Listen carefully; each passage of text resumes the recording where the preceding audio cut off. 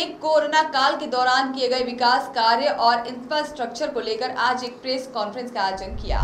महाप्रबंधक शैलेंद्र कुमार सिंह ने बताया कि इस दौरान पश्चिम मध्य रेलवे ने 6 नई मेमो ट्रेन की शुरुआत की। इसके अलावा 3 ऑक्सीजन जनरेटिंग प्लांट जो कि जबलपुर, भोपाल और कोटा में संचालित हो रहे हैं, स्थापित किए गए हैं। वहीं भारतीय रेल पर पहला new modified high speed rate को भी CRWS भोपाल द्वारा विकसित किया गया है।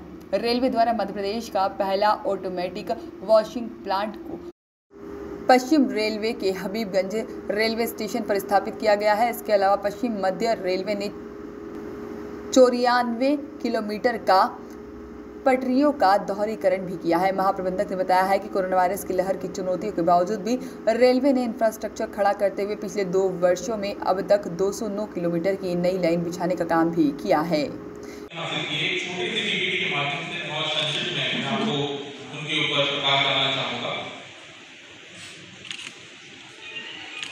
ये पश्चिम मध्य रेल का रूट नेटवर्क है जिसमें टोटल 3012 रूट किलोमीटर्स है एंड मध्य प्रदेश के अंदर ये 72% है, राजस्थान में 26 और थोड़ा सा पोर्शन यूपी में है एंड टोटल 3012 किलोमीटर हम लोग का इलेक्ट्रिफाइड हो गया है। एक बात गौरव की बात है कि पश्चिम मध्य रेल पूरे भारतीय रेल में सर्वप्रथम है जिसमें पूरी पूर्ण रूप से इलेक्ट्रिफिकेशन हो चुका है।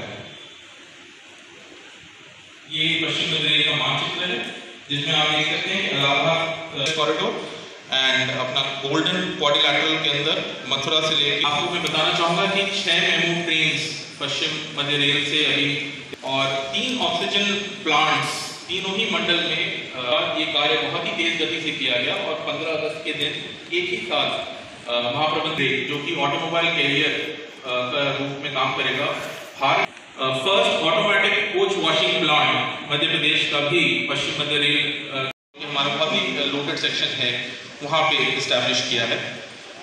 जैसा कि बहुत लोग को विदित भी है, पश्चिम मध्य रेल की फ्रेट स्पीड बहुत हाई रही है एंड हम अभी भी पिछले 7 महीनों से नंबर 1 के पोजीशन रही है।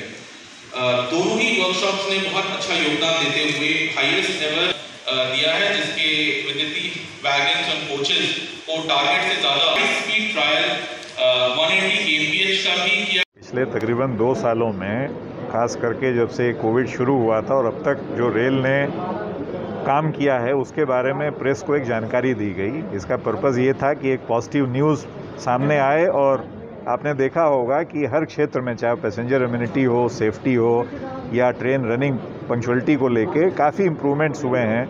पानी की बचत को लेके, बिजली की बचत को लेके और पैसेंजर इम्यूनिटी में कहीं लिफ्ट लगी हैं, कहीं एस्केलेटर लगे हैं, उसका एक ब्यौरा देने के लिए आज ये प्रेस कॉन्फ्रेंस की गई थी और WCR में जो अच्छे काम हुए हैं उसका एक विस्तृत ब्यौरा दिया गया।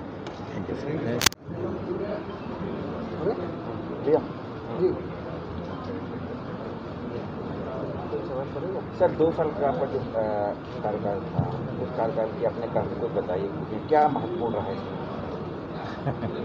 2 साल में अनफॉर्चुनेटली ये जो कोविड पीरियड था वो इतना चैलेंजिंग था, उसको हम लोगों ने एबली हैंडल किया। जो भी क्राइसिस थी उसको मैनेज किया, वो सबसे बड़ा चैलेंज था और सबसे बड़ा सेटिस्फेक्शन भी था क्योंकि ये न कभी पहले हुआ था और उम्मीद करें कभी फ्यूचर में न हो। ये तो ऐसी चीज़ थी जिसमें किसी को नहीं मालूम था क्या करना है, लेकिन एक जो रेलवे की अपनी एफिशिएंसी है या जो एक किसी भी चीज़ को हैंडल करने की जो परसिवियरेंस है उसके चलते हम लोगों ने सबने मिलके एक बड़ा अच्छे से हैंडल किया। सर एक सवाल जो बार बार आ रहा है, ऑन द रिकॉर्ड ये जवाब हम चाहते थे कि ट्रेनों की जो बहाली है अभी स्पेशल ट्रेन के तौर पर चल रही है, कब तक इस तरह से आप नहीं, ये मैंने बताया आपको कि ये स्पेशल ट्रेनें चूँकि जनरल सर्विसेज जैसे उसमें नहीं लगा रहे हैं, उसकी एक ही वजह है कि कोविड का प्रकोप जितना हम भीड़ बढ़ाएंगे उतनी समस्याएं बढ़ सकती हैं। तो जब चीज़ें नॉर्मल होंगी धीरे धीरे ये जो सुविधाएं हैं ये भी नॉर्मल होंगी। मॉनिटाइजेशन को लेकर सरकार लगातार आगे बढ़ रही है, लेकिन कर्मचारी ऐसा कहते हैं कि इसके जरिए प्राइवेटाइजेशन की ओर रेलवे आगे बढ़ सकता है, तो इसके विषय में आपका क्या कहना है? नहीं, ये प्राइवेटाइजेशन जो है ये हमारे अधिकार क्षेत्र से बाहर है, लेकिन फिलहाल ऐसा कोई मूव नहीं है। सर कोविड काल में तो बात की जाए अगर ट्रेन काफ़ी समय तक बंद भी रही है तो राजस्व पे काफ़ी नुकसान हुआ है इसमें, कितना ओवरऑल लगा है कि कितना नुकसान हुआ है और अब उसको बढ़ाने के लिए किस तरह से प्रयास कर रहा है? नहीं, नुकसान तो चूँकि कोचिंग गाड़ियाँ हमारी बंद थी और जो खास करके सारे जो रेक या जो उसमें स्टाफ लगते हैं उनको तनख्वाह देनी पड़ती है, तो एक तरह से तो लॉस ही लॉस था। अब धीरे धीरे करके जैसे जैसे पैसेंजर गाड़ियाँ बढ़ रही हैं वैसे वैसे हम इसको मेक गुड करने की कोशिश कर रहे हैं। या इसके अलावा जो फ्रेट सर्विस में हमने ट्रैफिक में देखा आपने 43.7 मिलियन टन का जो इजाफा हुआ, मतलब जो लोडिंग हुई, इस साल भी हमारा करीबन 16% ज़्यादा चल रहा है। तो कोशिश जारी है, लेकिन ये कहना कि नहीं हमने पूरा मेकअप कर लिया ये मुश्किल है। सर रेलवे ने बचत के जरिए भी राजस्व बढ़ाने का जरिए तलाशे, खासतौर पर ओपन एक्सेस से जिस तरह से बिजली खरीदी गई, इसका विचार किस तरह से आया? 100% बिजली जो है वो ओपन एक्सेस से ले रहे हैं, 500-600 करोड़ सालाना बचत, इस पर किस तरह से रेलवे आ गया?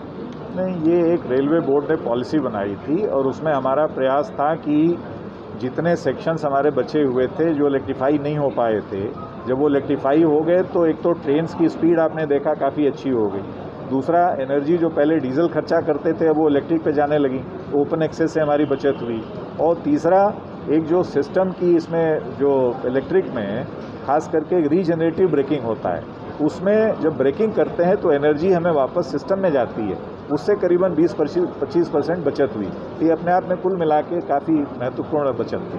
डीजल सेट भी काफ़ी कुछ मस्जिद रेलवे के पास में है, तो कितने ऑलमोस्ट अब इसका आने वाले समय में क्या उपयोग किया जाएगा? नहीं, ऑलरेडी उसका डीजल को इलेक्ट्रिक में कन्वर्शन इनफैक्ट कटनी में तो 100% हो गया है, इटारसी में तकरीबन शुरुआत हो गई है। तो जैसे जैसे हमारे पास नए लोको आएंगे रिप्लेसमेंट अकाउंट पे, हम उसमें इलेक्ट्रिक मेंटेन करेंगे। तो पुराने लोग डीजल वाले लोग हैं उनका क्या यूज़ होगा? वो पुराने लोको बोर्ड की पॉलिसी के हिसाब से जो 31 साल से पुराने हैं उनको तो कंडेम कर दिया हमने, बाकी 21 से 31 साल वाले हैं उसकी भी पॉलिसी के हिसाब से हम लोग उसको फेज आउट कर रहे हैं। बताया कि छोटे देश हैं जो पड़ोसी देश हैं नेपाल बांग्लादेश, उनको बेचने की नहीं, उनको बेचने का प्रयास चल रहा है, लेकिन चूंकि उनका गेज अलग है तो एज इट इज़ शायद ये नहीं जा पाएगा, तो वो भी प्रयासरत हैं। सर जबलपुर से इंदौर ट्रेन और नए रेल मार्ग नए ट्रैक को लेकर पहले घोषणा थी, उस पर रेलवे किस तरह से आगे बढ़ा जबलपुर से इंदौर को कनेक्ट करने के लिए? बुधनी वो वाला काम भी उसमें कुछ पैसा मिला है, आरवीएनएल ने ऑलरेडी सर्वे करके और कुछ जो मेजर ब्रिज वाले काम है वो शुरू भी कर दिए हैं।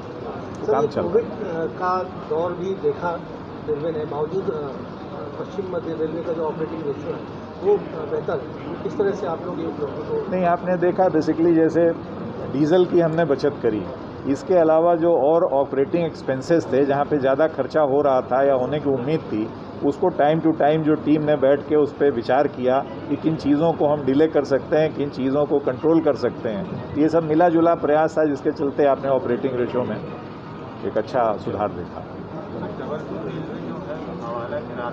पैसा ले जाने का मुख्य रास्ता बनता जा रहा है, पिछले दिनों में कई ऐसी रकम पकड़ी गई, तो उसके लिए टाइम टू टाइम जीआरपी और लोकल पुलिस और हमारे आरपीएफ के अधिकारी और वॉइस ऑफ राइट्स के लिए जबलपुर से आशीष वात्रे की रिपोर्ट।